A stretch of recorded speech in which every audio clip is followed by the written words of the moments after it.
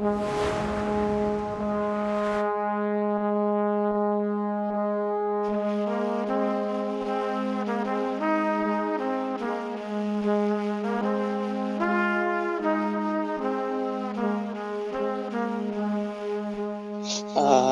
28 Oktober, kalau itu terkenal dengan Hari Sumpah Pemuda.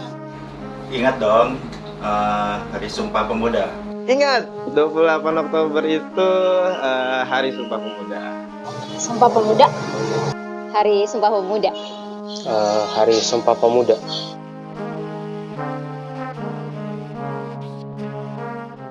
Jujur aku nggak terlalu ingat Hari Sumpah Pemuda.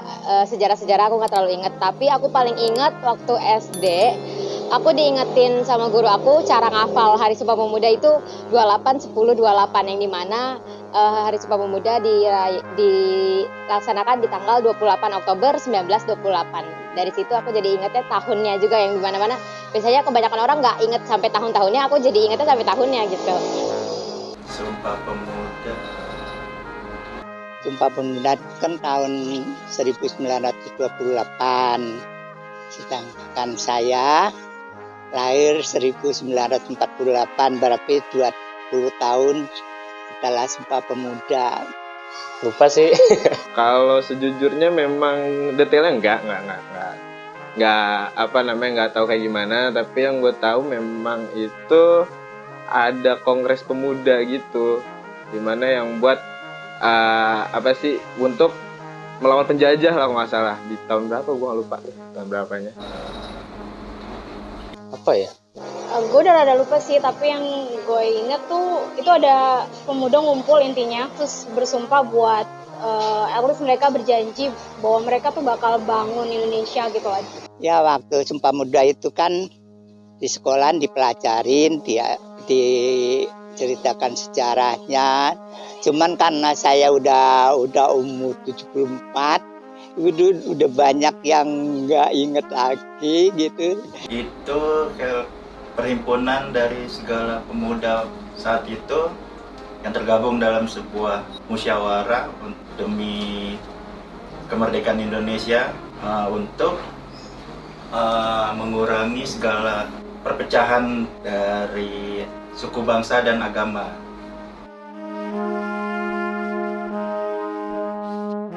Ya paling minim yang bisa gue lakuin ya sebagai warga negara Indonesia dengan umur segini, ya bayar pajak. Kalau bentar. Ini katanya waktu muda, berarti gue udah tua gitu ya? Berarti udah tua nih ya? Ya, saya sih berjalan seperti let it flow aja ya. Jadi mungkin seperti kayak menjaga lingkungan, seperti kayak gitulah. Karena saya asalnya dari anak seorang petani, waktu masa-masa sekolah itu jadi terbatas. Ya, cuman saya berpedoman, saya sekolah yang sebenar-benarnya sekolah gitu. Paling kayak bayar pajak itu termasuk yang langsung kan ya, untuk dari kita langsung gitu. Kalau misalkan kayak ini termasuk nggak sih kalau misalkan kita itu berwisata di tempat-tempat lokal itu kan, itu termasuk kan ya? Termasuk. Kayak kita memajukan devisa, mobil, tolong dong. Yang kayak kita memajukan destinasi-destinasi lokal, memasukkan devisa lokal. At least dengan gue bayar pajak, gue ngejalanin sesuai dengan aturan pemerintah gitu, Indonesia tanpa bikin onar intinya. Gue rasa at least gue udah kontribusi lah ya, kayak gitu. Itu aja sih. Yang udah pernah lewat juga nggak apa-apa aku ceritain ya. Alhamdulillah pernah bawa nama Indonesia juga, tapi waktu aku masih SMA, itu aku ikut salah satu ekstrakurikuler cheerleading. Aku bawa 3 kali nama Indonesia ke Singapura, dan tiga-tiganya alhamdulillah as a champion, juara 1 di sana, dan Indonesia udah dikenal menduduki juara 1 tingkat internasional divisi aku gitu. Nah itu sih yang bisa aku banggain sejauh ini, walaupun sekarang udah hijrah gitu. Dari pandangan aku sih kan aku kan kuliahnya kan ambil programming ya.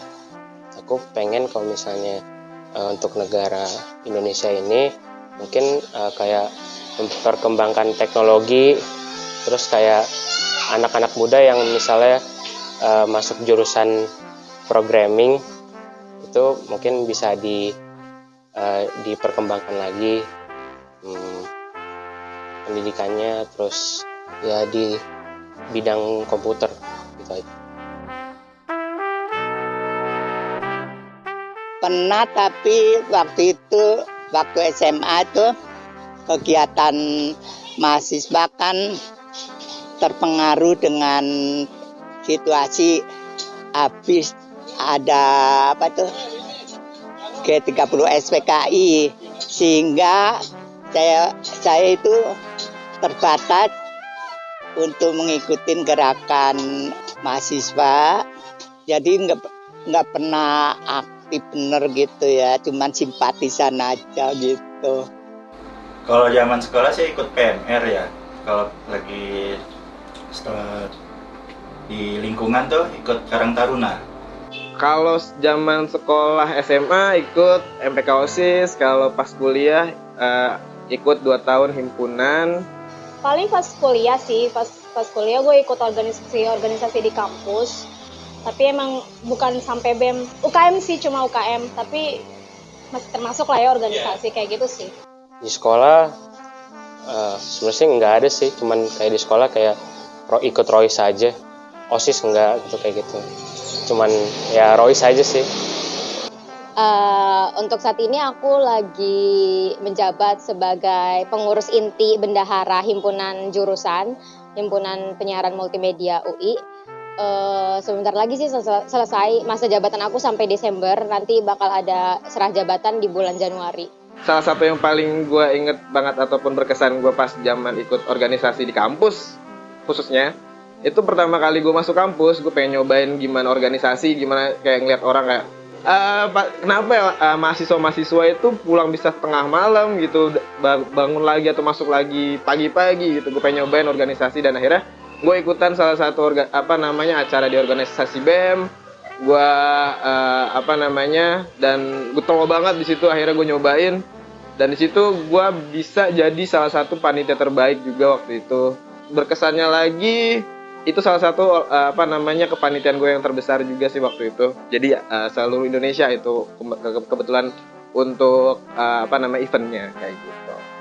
Ya, jadi gue ikut organisasi UKM-nya itu namanya Bengkel Seni Pertanian. Dia tuh berarti bergerak di seni ya. Cuma itu seninya seni teater kayak gitu. Jadi hampir mirip kayak kalian, cuma kan kalian lebih ke digitalnya. Kalau kita ke benar-benar di panggungnya, jadi masih kayak konvensional. Yang paling gue inget adalah saat itu gue jadi sutradara sekaligus penulis naskah dari suatu pementasan. Puas banget, seneng banget pas hasilnya udah jadi, dan gue rasa dengan kemampuan gue saat itu gue bisa produksi sutradara dan penulis, dan dengan tim yang solid saat itu gue bangga sih. Dulu tuh pengen cita-cita ya, pengen jadi pemadam kebakaran, cuma ya kurang kayak fasilitas kita buat ke arah sananya, juga nggak tahu linknya. Dulu juga pengen jadi tentara juga, cuman ya dulu kan harus masuk dari IPA ya, sedangkan saya kan dari IPS, jadi nggak bisa masuk tuh menjadi tentara tuh. Waktu muda SD, waktu SR, kan zaman dulu SR 6 tahun. Cita-citanya pengen kuliah di Universitas Al-Azhar, waktu itu lagi tenar-tenarnya itu Universitas Al-Azhar di Kairo. Tapi karena kita terbatas dari anak desa lah, anak kampung ya, anak orang tani, dan ekonominya pas-pasan, akhirnya saya bisa kuliah di Universitas swasta di Fakultas Hukum Universitas Mahaputra di Jakarta. Tapi karena situasinya masih nggak menentu lah gitu ya, terus saya pindah lagi ke kampung, nerusin di PGSLP, Pendidikan Guru Sekolah Lanjutan Pertama, sehingga sampai lulus tahun 69. Terus setelah lulus saya masuk lagi di Universitas Negeri Lampung di Fakultas Keguruan, ngambil jurusan Civic Hukum. Nah, karena kuliahnya jauh dari tempat tinggal dan biayanya juga pas gitu ya, dan terbentur juga dari orang tua, istilah meninggal almarhum gitu ya. Terus saya cuti tapi terus kebablasan sebagai mahasiswa abadi dari Universitas Lampung.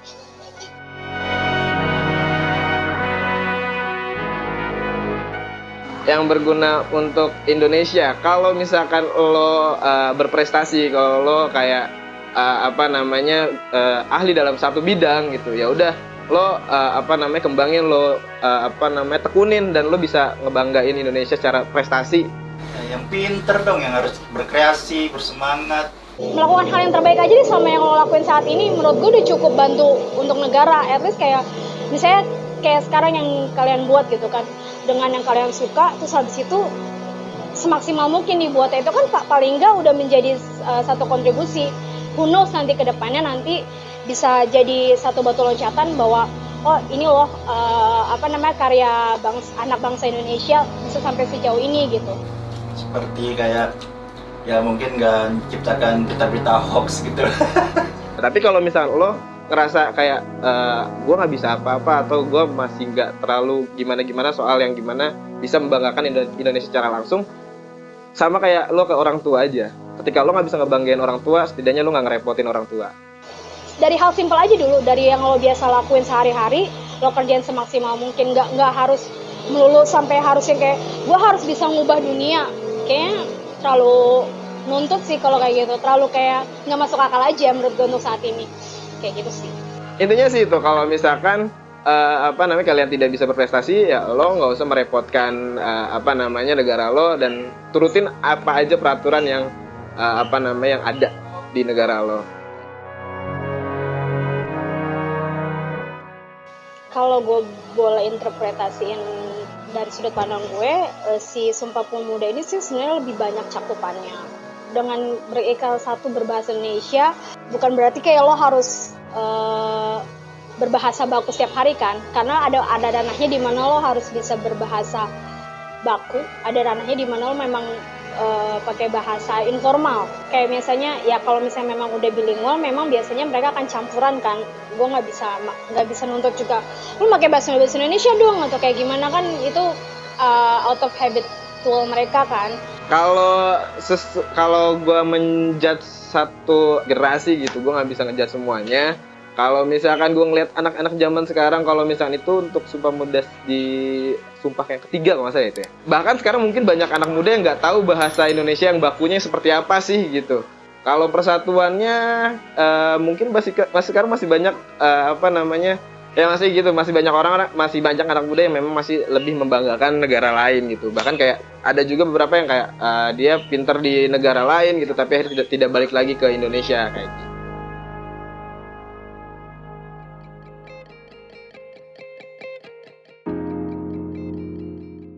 Contoh kasusnya agak berat ya sebenarnya. Aku juga nggak kepikiran sampai sejauh itu gitu. Aku sih pasti terima sih. Tapi kalaupun emang aku bakal ditarik karena prestasi gitulah ibaratnya, prestasi aku, kan itu juga nggak gampang. Aku bukan cuman aku yang bisa memilih. Aku bisa pindah ke sana. Aku juga harus dapat syarat izin orang tua, syarat izin keluarga, syarat izin ya teman-teman mungkin gitu. Karena kan ya kan dapat peluang kan. Ya apa aja yang kita dapat ya kita terima saja dulu. Karena kan ya masa rezeki nggak diambil.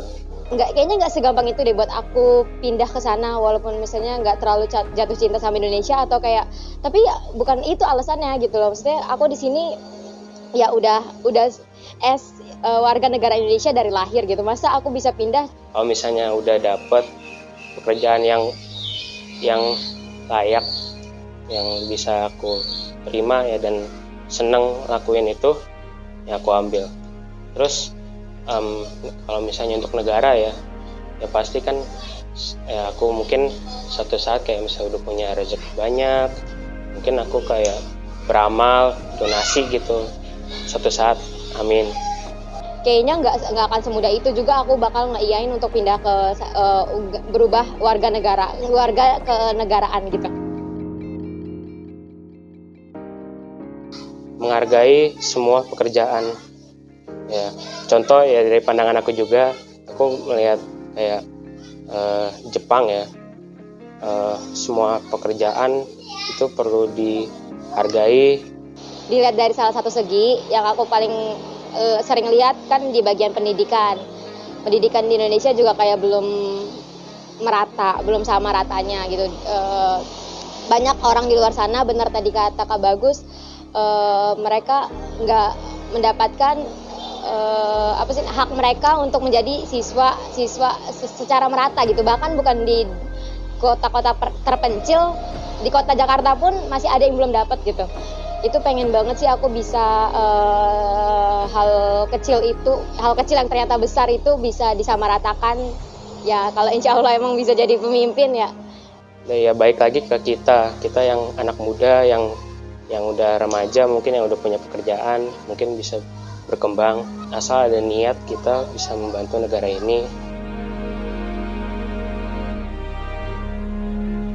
Pesan saya ke generasi muda, penerus bangsa gitu ya, jagalah kesatuan. Saya sih senangnya kalau anak-anak muda tuh belajar bahasa asing ya. Pertama, lo harus bangga sama negara lo sendiri. Gue yakin generasi muda sekarang tuh udah lebih smart untuk ngadepin satu isu, satu masalah, satu informasi dibanding sebelumnya. Ada sih, pasti ada kan. Kedepannya itu bahasa itu akan menentukan arah bangsa gitu loh. Bahasanya juga harus dipelihara lah gitu, sehingga tercipta Indonesia yang damai. Lo cari tahu negara lo sendiri sebelum lo suka negara lain gitu kan. Pinter gitu dalam IT kan kayak informasi teknologi ya. Di zaman sekarang nih kayaknya dunia tuh akan ke arah sana deh. Mencerna lagi si informasi karena kalian udah lebih banyak, kita semua sekarang udah lebih banyak dapetin informasi lebih gampang, tapi kita juga harusnya lebih smart untuk bisa ngolah itu, lebih ke sana sih. Negara yang maju yang aku lihat itu kayak misalnya Jepang itu kan dulu kan kayak pernah kayak dibom, akhirnya di zaman sekarang ini jadi negara maju. Kalau dilihat dari perkembangan zaman, yang paling aku takutin sih sejujurnya informasi hoax ya Kak, yang gampang banget orang percaya, nggak cuman anak seumuran aku, nggak cuman orang tua yang nggak bisa ngefilter berita. Bersatulah anak pemuda sekarang dengan tidak melupakan studi ataupun kuliahnya. Misalkan kalau lu suka bola, jersey KW Thailand, lu lebih sering pakai KW Thailand daripada jersey yang asli buatan Indonesia yang memang sekarang dipakai di Premier League dan lain-lain kayak gitu.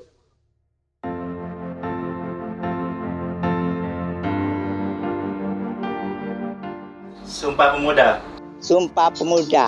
Sumpah Pemuda. Sumpah Pemuda. Kami putra-putri Indonesia mengaku. Mengaku bertumpah darah yang satu, tanah air Indonesia. Mengaku bertumpah darah satu, tanah Indonesia. Kedua, Kami putra dan putri Indonesia mengaku. Putra-putri Indonesia mengaku berbangsa satu, bangsa Indonesia. Mengaku berbangsa yang satu, bangsa Indonesia. tiga, Kami putra dan putri Indonesia menjunjung bahasa persatuan bahasa Indonesia. Indonesia.